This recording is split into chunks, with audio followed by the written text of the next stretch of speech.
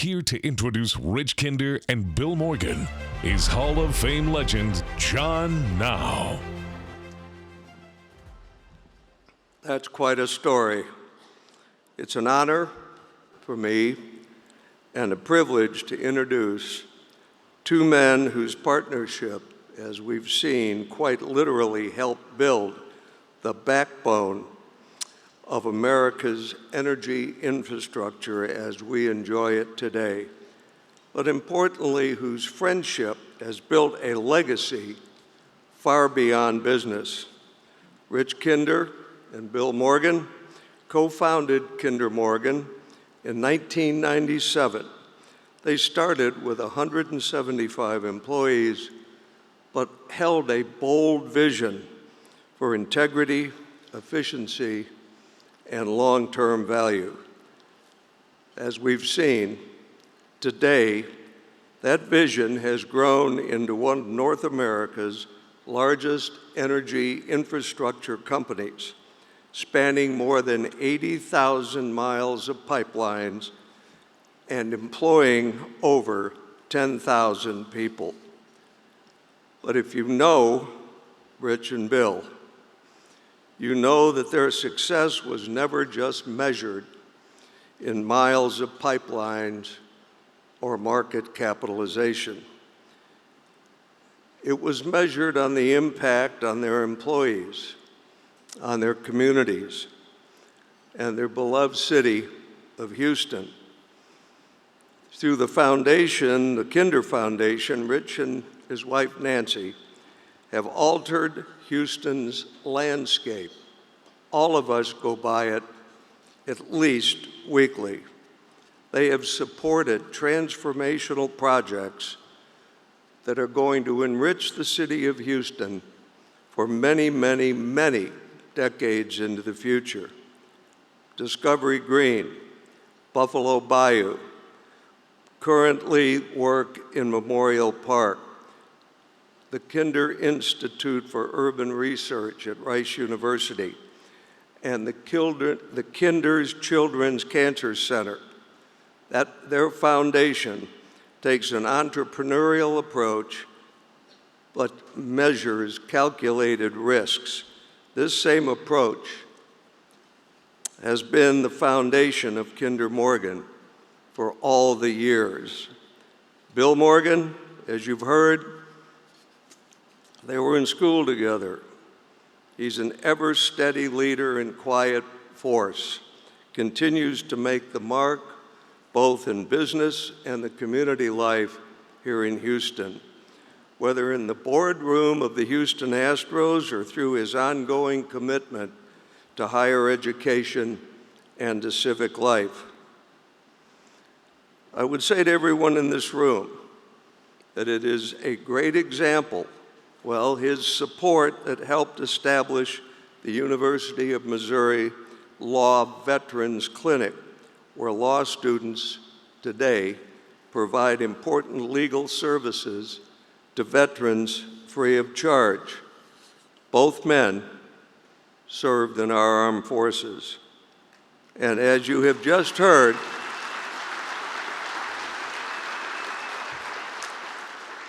Bill and his wife, Sarah, are actively involved in many Houston arts organizations, the Museum of Fine Arts Houston, the Houston Grand Opera, and other activities that help enrich the cultural life of our city.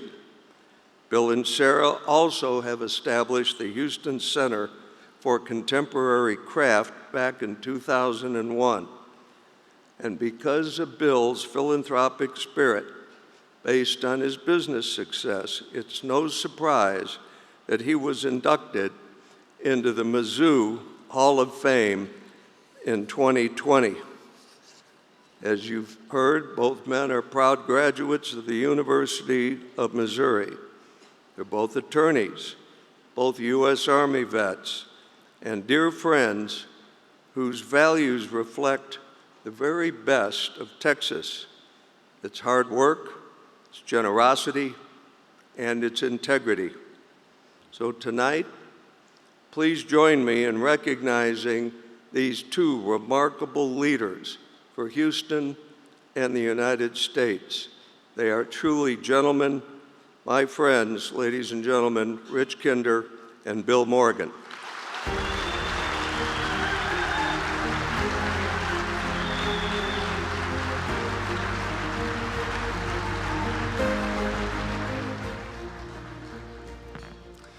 Well, let me say, I've always believed in the famous saying from Groucho Marx that any club that would have me as a member, I wouldn't want to join.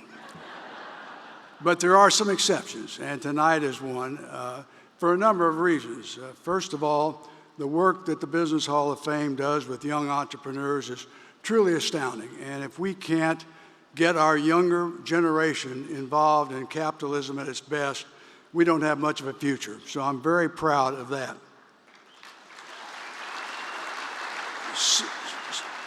Secondly, and very importantly, you've chosen to honor my great friend and partner, Bill Morgan. Now, let me say that we started this company together. I was a CEO, but we were equal partners in every way. Bill was the guy who came up with the idea and talked me into it, and we formed the company called Kinder Morgan. And as we went along, we found that we had a lot of ability to grow the company, and that's what we tried to do, keep our eyes on the main chance. But I think the problem is this. Over the years, I've gotten too much of the credit for this, and Bill hasn't gotten enough. Now, it's true he did take early retirement and left me holding the bag, but he deserves a lot more credit that he's gotten. Finally, let me also say that there's no success in business or elsewhere driven by one or two people. It takes a lot more than that.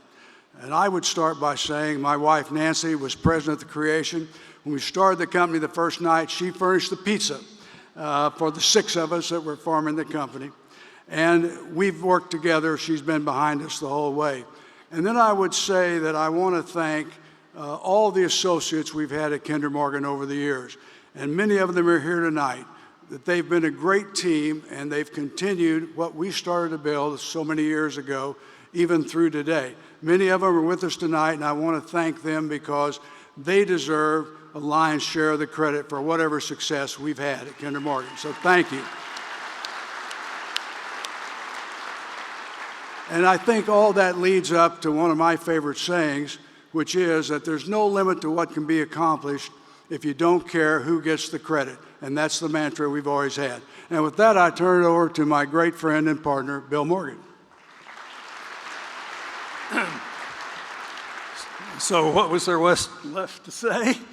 That was all very generous. And I should mention that I did talk Rich into joining the company initially, but I talked to my son, Mike Morgan, who also is actually still with the company, and he graduated from Stanford and Harvard Business School, but I talked to him about, well, why don't you bring in some of your classmates that you think would be good employees, and he did. I think in the end, Mike was 5 or 6 Stanford graduates, and they knew nothing about the pipeline business.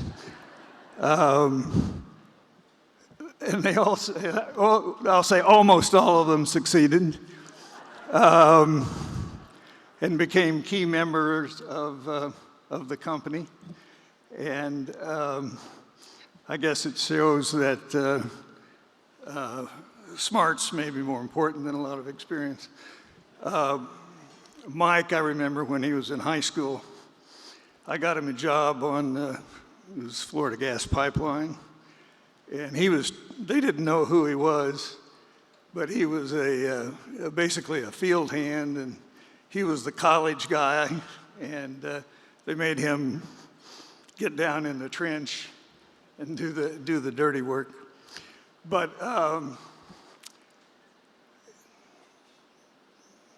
they gave me 2 minutes to talk about this, but I have to say my marriage is number one. But after that, my best life decision has been asking Rich to join me at Kinder Morgan. He is a great businessman, a super friend, and a really wonderful partner. In the beginning, Kinder Morgan was really an odd collection of assets. It started out as a master limited partnership that was really used to hold and control assets. And one of our original ideas, which ended up being very key as we went forward, was that we thought if we bought the MLP, that we could use it as a growth vehicle.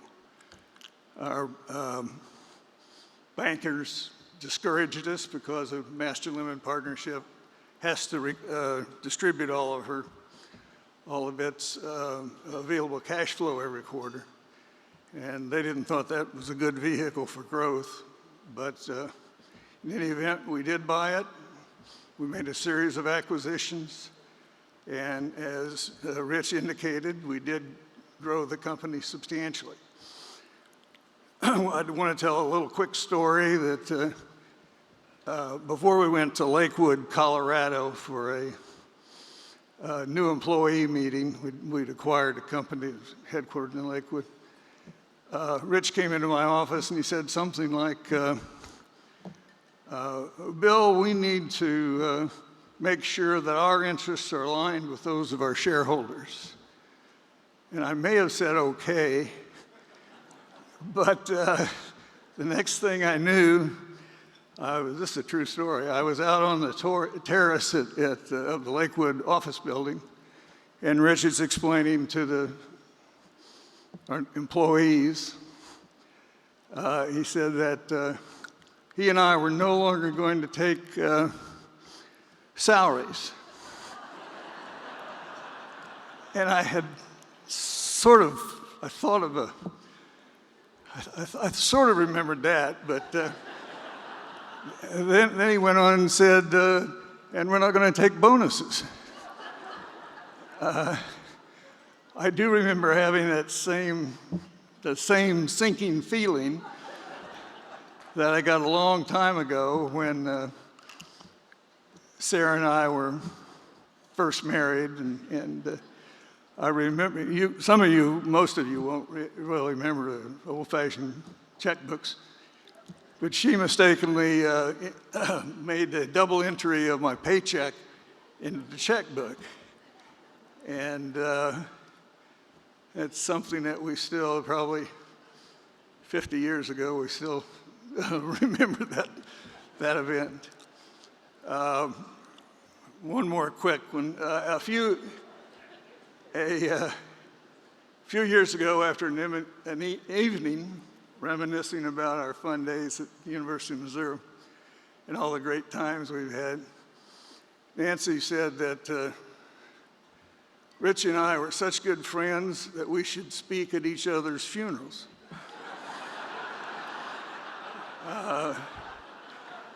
Now that, at first hearing, that sounds kind of good. But it's hard for the first to die to do it, but we agreed we'd try. So thank you, I appreciate the opportunity.